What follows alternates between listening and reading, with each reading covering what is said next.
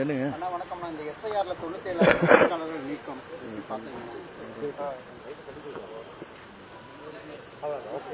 பொதுவாகவே தமிழக வெற்றிக் கழகத்தின் சார்பாகவே தலைவர் தளபதி விஜய் அவர்கள் இதற்கான ஒரு அறிக்கையை வெளியிட்டிருக்கிறார்கள். அதுவே அதற்கு பொருத்தமாக இருக்கும்.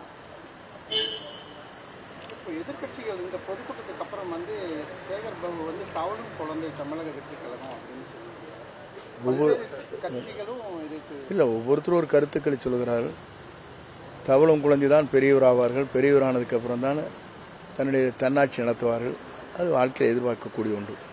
இப்போ தமிழிசை சவுந்தரராஜன் என்ன சொல்லியிருக்காங்கன்னா, களத்திலே இல்லாத கட்சி தமிழக வெற்றி கழகம்னு சொல்லியிருக்காங்க.